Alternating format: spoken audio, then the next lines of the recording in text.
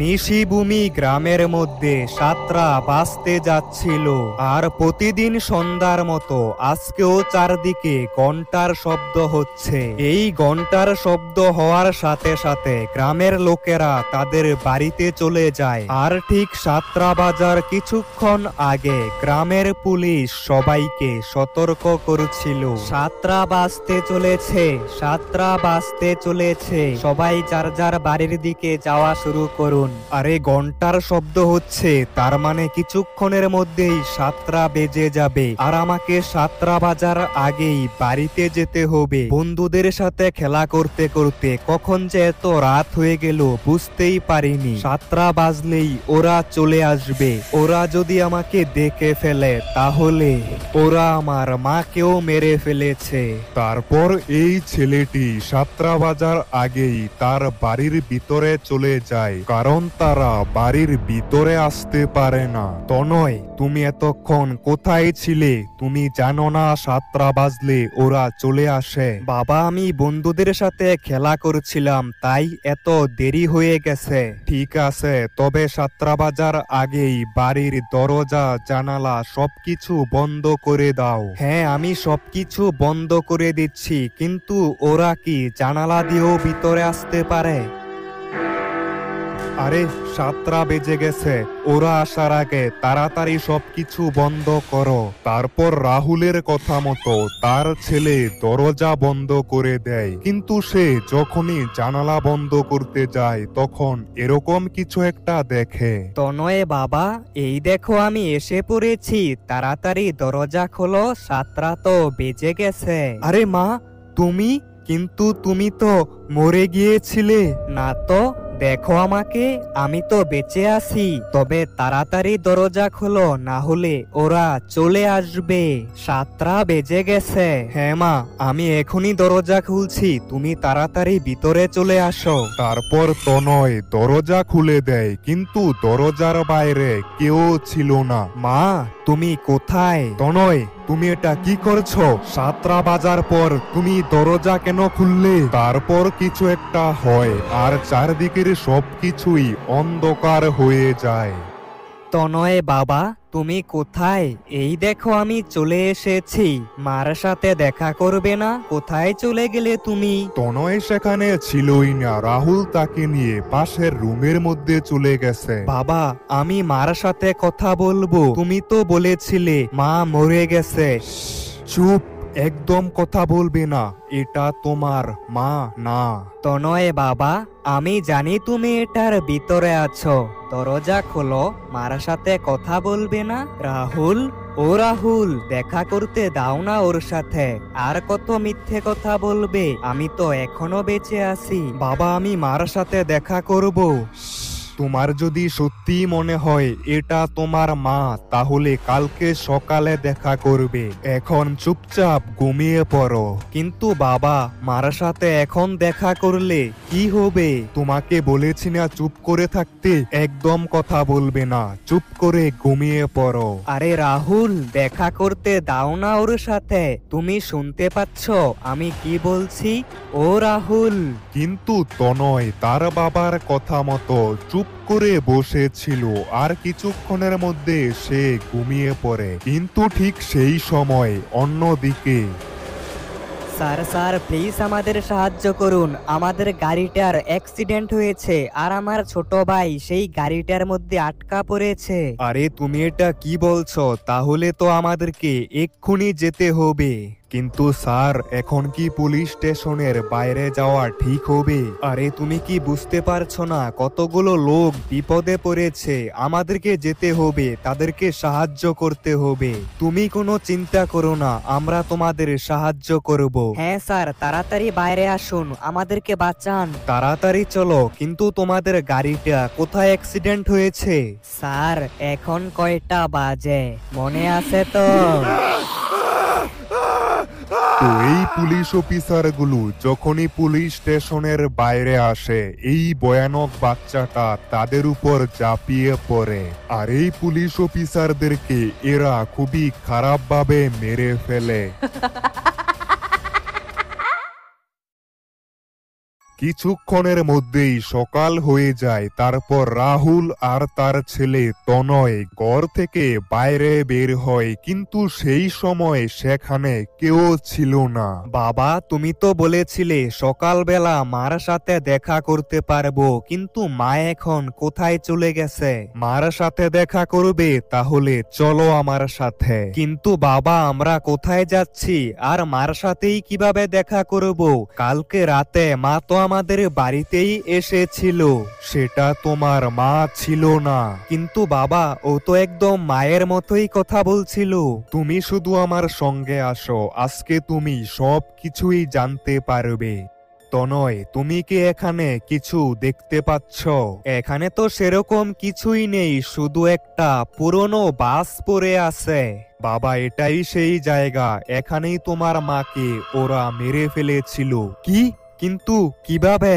শোনো তাহলে, ওই দিন আমাদের বাড়িতে আসতে অনেক দেরি হয়েছিল। সেই সময় সকালের 4টা বেজে গিয়েছিল, কিন্তু সূর্য উঠতে এখনো কিছুক্ষণ বাকি ছিল, যার কারণে গ্রামের সবগুলো বাড়ির দরজা জানালা বন্ধ করা ছিল। আর আমাদের বাড়িটাও সেই জায়গা থেকে অনেক দূরে ছিল, তাই আমাদের জঙ্গলে লুকিয়ে থাকা ছাড়া আর কোনো উপায় ছিল না। তারপর আমি আর তোমার মা একটা জোপের মধ্যে লুকিয়ে পড়ি, কিন্তু তখন হঠাৎ করে তোমার মা আমাকে বলে, রাহুল, ওরা আমাদেরকে দেখে ফেলেছে, আমাদেরকে অন্য কোথাও গিয়ে লুকিয়ে পড়তে হবে। কিন্তু এখন আমরা কোথায় লুকাবো? আশেপাশে কি কোনো লুকানোর জায়গা দেখতে পাচ্ছ? আশেপাশে তো সেরকম কিছু দেখতে পাচ্ছি না, তবে একটু দূরে একটা পুরনো বাস পড়ে আছে। আমরা সেই বাসটার মধ্যে গিয়ে লুকাতে পারি, সেখানে তারা আমাদেরকে দেখতে পাবে না। হ্যাঁ, চলো তাহলে সেখানেই যাই। তারপর আমি তো সেই বাসের মধ্যে উঠে পড়ি, কিন্তু তোমার মা কারো সঙ্গে কথা বলছিল। আন্টি আন্টি, আমি এই গ্রামের মধ্যে হারিয়ে গিয়েছি, আমার বাড়ি এখান থেকে অনেক দূরে, কিন্তু তুমি এখানে কিভাবে এলে? আর তোমার মা বাবা কোথায়? আন্টি, আমাকে সাহায্য করো, ওরা চলে আসলে আমাকে মেরে ফেলবে। তুমি ভয় পেও না, আমরা এই বাসের মধ্যে লুকিয়ে পড়বো, এখানে তারা আমাদেরকে দেখতে পাবে না। সত্যি আন্টি? কিন্তু আমি তো তোমাকে দেখতে পেয়ে গেছি। আমি তোমার মাকে বাঁচানোর জন্য অনেক চেষ্টা করেছিলাম, কিন্তু সেই সময় অনেক দেরি হয়ে গিয়েছিল। বাসের দরজাটা লক হয়ে গিয়েছিল, আর তুমি তো জানো আমি চোখে দেখতে পাইনি। আমি অনেক চেষ্টা করেও বাসের দরজাটা খুলতে পারিনি, আর ততক্ষণে ওরা বাসের দরজার সামনে চলে এসেছিল। হ্যালো আঙ্কেল, বাইরে আসুন না, আমাদের সাথে খেলা করুন আঙ্কেল। ওরা সারা রাত সেখানেই দাঁড়িয়েছিল, কিন্তু সকাল হওয়ার সাথে সাথে তারা ওই জায়গা থেকে চলে যায়। তবে তোমার মাকে আর কোথাও খুঁজে পাইনি। কিছুক্ষণ পর রাহুল বাড়িতে চলে যায়, কিন্তু তার ছেলে তনয় গ্রামের মধ্যেই ঘোরাঘুরি করতে থাকে, কারণ দিনের বেলা কোনো বিপদ নেই।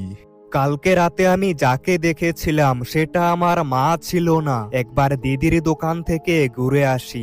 7টা বাজতে চলেছে, 7টা বাজতে চলেছে, তাড়াতাড়ি সবাই যার যার বাড়িতে চলে যান, আর দরজা জানালা সবকিছু বন্ধ করুন। 7টা বাজতে চলেছে, 7টা বাজতে চলেছে।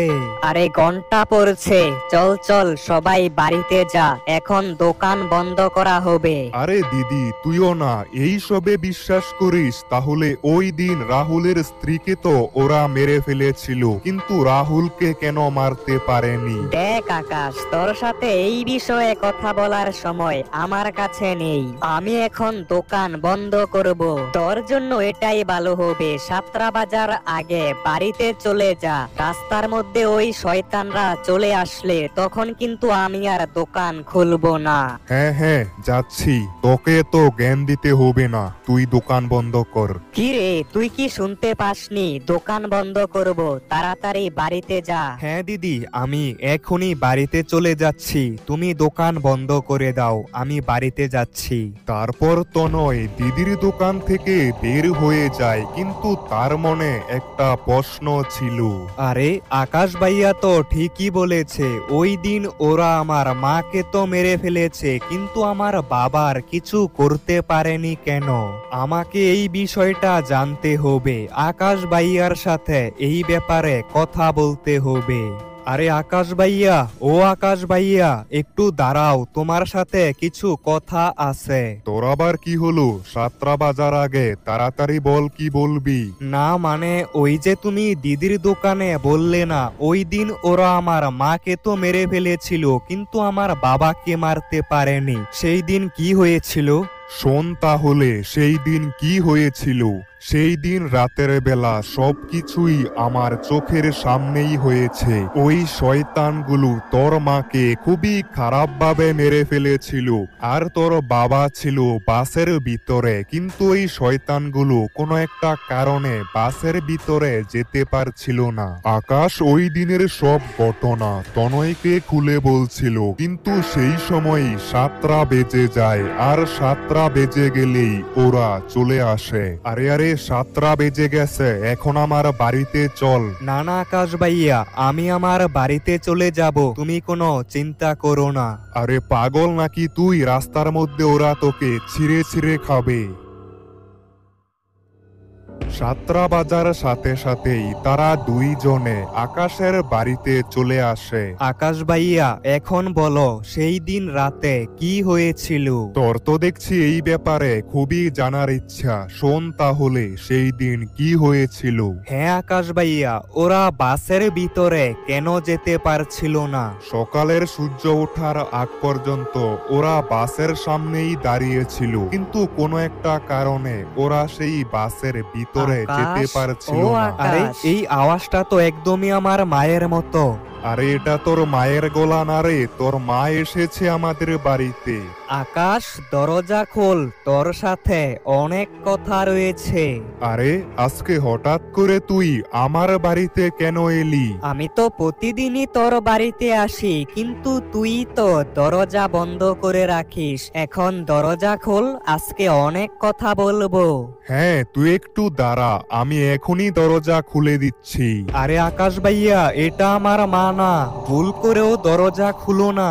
আরে তুই শুধু দেখতে থাক এখন কি হয়। কিরে কি হলো? দরজা তো খুলে দিয়েছি, ভিতরে চলে আয়। আরে এটা কি হচ্ছে? মা তো ভিতরে আসতে পারছে না।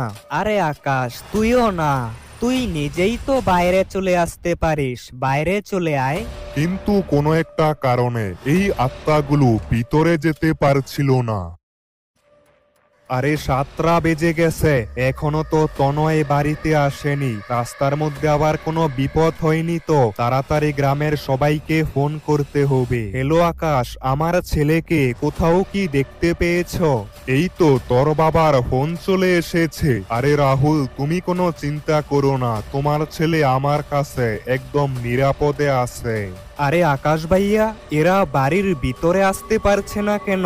আরে তনয়, মার সাথে দেখা করবে না? বাইরে আসো, মার সাথে কথা বলো। এরা যতই চেষ্টা করুক আমার বাড়ির ভিতরে আসতে পারবে না, কারণ আমার বাড়িতে এখন মোমবাতি জ্বলছে। সেই দিন রাতে এই শয়তানগুলো তোর মাকে তো মেরে ফেলেছিল, কিন্তু তোর বাপকে মারতে পারেনি কেন? এটা দেখার জন্য পরদিন সকালবেলা আমি বাসের ভিতরে গিয়ে দেখতে পাই কতগুলো মোমবাতি জ্বলছিল।